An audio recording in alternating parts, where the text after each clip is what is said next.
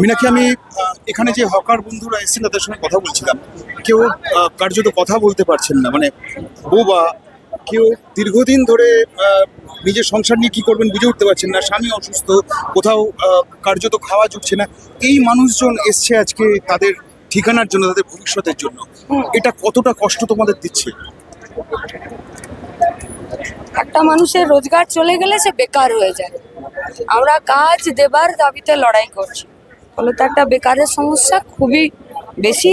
আর বেকার সে নিজে বেকার হয় না, সে তার একটা গোটা ব্যবস্থাতে তার যা অবদান থাকে ট্যাক্স জেনারেট করাতে, সেই কাজটাও বন্ধ হয়ে যায়। সরকারেরও ক্ষতি, সেই মানুষটিরও ক্ষতি। এই যে বৃষ্টি মুখর দিন, এখানে সারাক্ষণ সারা সকাল থেকে বৃষ্টি পড়ছে, প্রচুর মানুষ এসছেন শুধুমাত্র দুমুঠো অন্ন যাতে জোটে তার জন্য।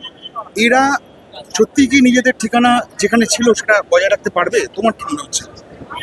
শুধু দুমুঠো অন্ন নয়, সৎ পথে সৎ পথে রোজগারের জন্য এসছেন। আর যারা এসেছেন গোটা রাজ্যে, যারা এই নোটিশ এবং উচ্ছেদের জন্য ভুক্তভোগী, তার বোধহয় 25 ভাগেরও 1 ভাগ আজকে এখানে আসতে পারেন। মানে যদি বলে যে ও আইনিগত না, তোমরা এমনি রুখে দাও, মানে তোমরা রুখতে পারো কিনা দেখো। তো এই যারা পেটের ভাতের জন্য লড়ছে তারা এমনি বুলডোজার আটকে দেবে। কিন্তু এখানে লড়াইটা অন্য। এখানে লড়াইটা রাষ্ট্র ব্যবস্থা, সরকারি শাসন ব্যবস্থা, আর একদিকে প্রত্যেক দিনের রুজি রোজগারের সঙ্গে থাকা মানুষের যুদ্ধ। এই দুটোর লড়াই চলছে। সরকার নীতিহীনভাবে চলছেন। একটা সরকার চলছে, সে এই এতগুলো মানুষ সৎপথে রোজগার করত, তাদের রোজগারটা চোখের নিমেষে বন্ধ করে দিতে চাইছেন। তারা রেল চালান, রেল দেশের সরকার চালায়, দেশের সরকার বিজেপি চালায়। এরা থাকে কোথায়? পশ্চিমবঙ্গে। পশ্চিমবঙ্গে বিজেপি সরকার, তাহলে দেশে বিজেপি সরকার, রাজ্যে বিজেপি সরকার, অথচ এদের জন্য কোনো সুষ্ঠু সমাধান নেই। এ হতে পারে?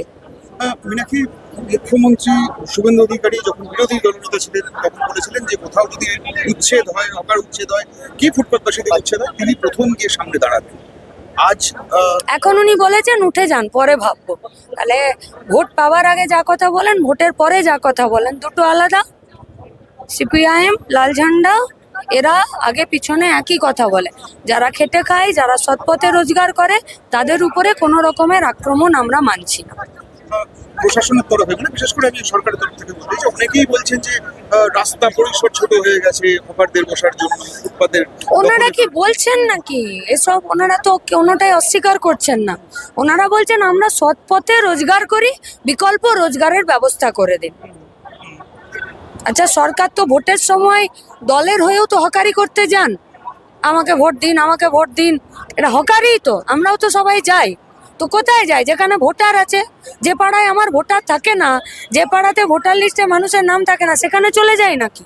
যায় না তো, যায় না তো। তো তাহলে এই মানুষগুলো সেখানেই তো হকারি করছেন, যেখানে মানুষ আসেন যান।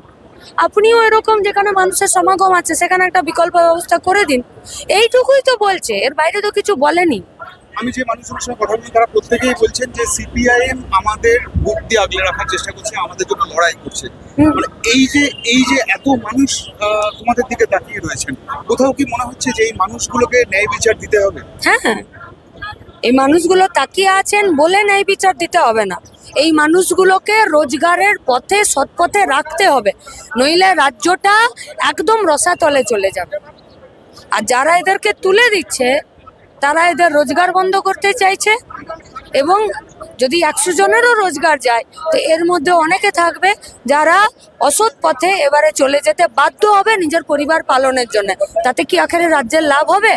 আর এই তো বৃষ্টি বাদলের দিন, কারো দোকানে 20,000 টাকার মাল আছে, তাকে যদি এখন বের করে দেয়, সে কোথায় যাবে বলুন তো?